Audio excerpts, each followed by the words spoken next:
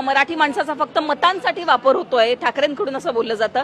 एक मराठी मतदार म्हणून काय वाटतं, या वेळेला मराठी मतदार कुणाला साथ देईल? नाही, मराठी मतदार प्रत्येक वेळेला मुंबई महानगरपालिकेची जेव्हा इलेक्शन असते तेव्हा मराठी मतदार हा ठाकरेंच्या पाठीशीच असतो. मग ते उद्धव ठाकरे साहेब आहेत, राज ठाकरे साहेब, आता दोघांची युती होती, आनंद होता आम्ही मराठी म्हणून, आणि दोघांची युती झाली पाहिजे. कारण हे बीजेपी वाल्यांचे जे दुटप्पी धोरण आहे, त्यांना आता वाटतंय की 25 वर्ष गेली, 25 वर्ष मुंबई महानगरपालिकेत फार मोठे घोटाळे झालेत.